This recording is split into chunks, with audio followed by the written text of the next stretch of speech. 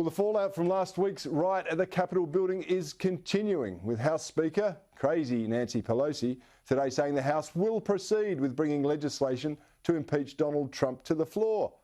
Well, for her opinion on this and more, I'm joined by filmmaker and Sky News contributor Lauren Southern in Canberra. Lauren, this is a last-ditch stunt by Nancy Pelosi, who has failed to impeach the president many times before, hasn't she? It's shocking. I mean, what does he have? 10 days left?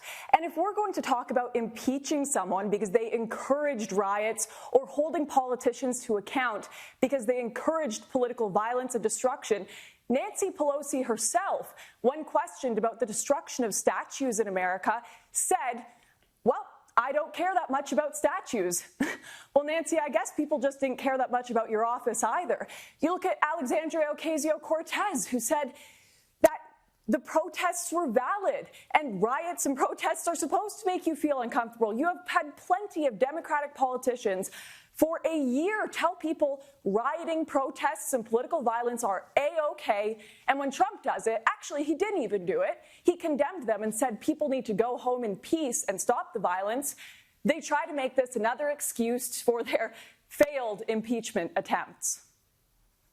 It's just extraordinary, Lauren. You would have heard my opening editorial that you've got Black Lives Matter activists, people who have incited violence before, that were in the epicenter of this. Now, they were not there to cheer on Donald Trump and say, you know, stop the steal. I suspect, and if it's true that there were busloads of them there, they were there to prompt and initiate this sort of reaction for political ends. Isn't that a reasonable conclusion to take? I mean, that's all we've seen them partake in. For a year, they have been telling us violence, riots, and destruction of property is a legitimate form of politics. And I am surprised, honestly, that you didn't see it from MAGA or Trump or Republicans sooner, when you have had politicians rewarding Black Lives Matter for rioting, changing policy on chokeholds for police stations. You've had politicians supporting them, millions of dollars given to them from people like Jack, who runs Twitter and is now massively anti-rioting, apparently, despite sponsoring Black Lives Matter.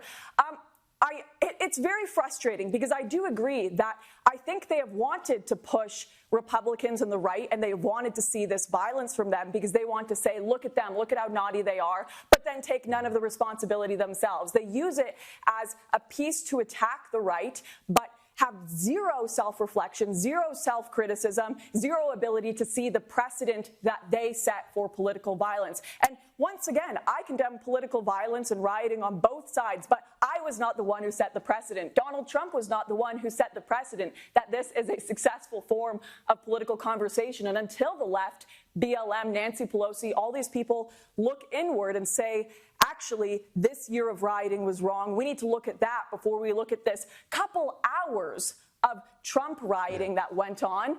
Nothing is going to change, and this divide is going to get worse, and the violence is going to get worse.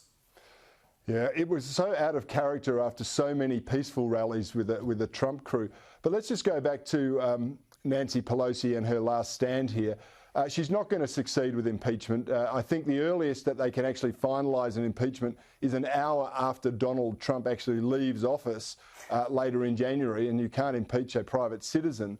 But now they're also pushing, I think it's Section 25, where they're saying Mike Pence needs to declare Donald Trump as non-compos or not fit and proper, and to remove him from office. Pence is not going to go along with that, surely. No, I don't think so. I think it has been unfortunate to an extent that Republicans, some of them at least, have kind of fallen for the games. The public have certainly been gaslit by the media into ignoring all of the BLM rioting in support of it for a year. And it seems Republicans, to some extent, have as well, saying full condemnations of Trump, saying it was an attempted coup, he needs bans. But I don't think Mike Pence, and there are a few like Ted Cruz that are still standing up for him, will allow that to happen. Because at this point, it's not helping the American people. It's all political games, which is tragic because you have now bipartisan rioting happening in America, and Nancy Pelosi wants to play political games still. She can literally have her own office windows being smashed. And even though reality of what Americans have been dealing with for a year has breached the ivory tower, politicians can finally see what people on the streets of Minneapolis have been dealing with every single day. They still don't seem to care about it. They still want to play their political games just for points. It's tragic. It is tragic. And outside of course, Nancy's unhealthy obsession with Donald Trump, her priority is to remove the term aunt and uncle from the United States. She's pushing to get rid of those and use the phrase parents sibling instead, following a resolution introduced into the House for the rules of this 117th Congress. Now, this is one of the most ridiculous ideas I've ever heard. There's a policy that's going forward that wants to outlaw terms such as father, mother, son, daughter, brother, sister, uncle, aunt, and so on. Have we reached peak craziness, or do you think Nancy's got a few more strings to her bow in this space?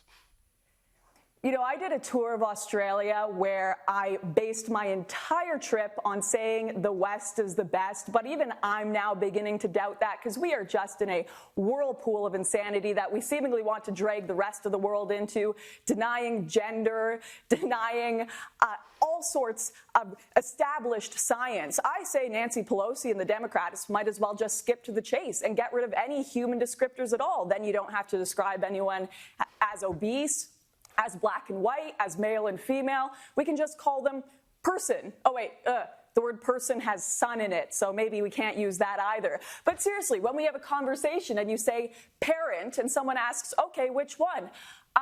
The female one?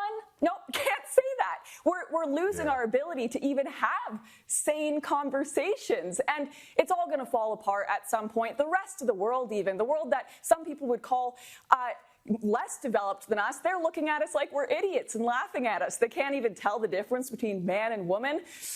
Oh, this is the decline through our decadence and privilege. Yeah, I have to agree with you, Lauren. Thank you so much for your time tonight. I really appreciate it. Look forward to talking with you again soon. Thanks for having me.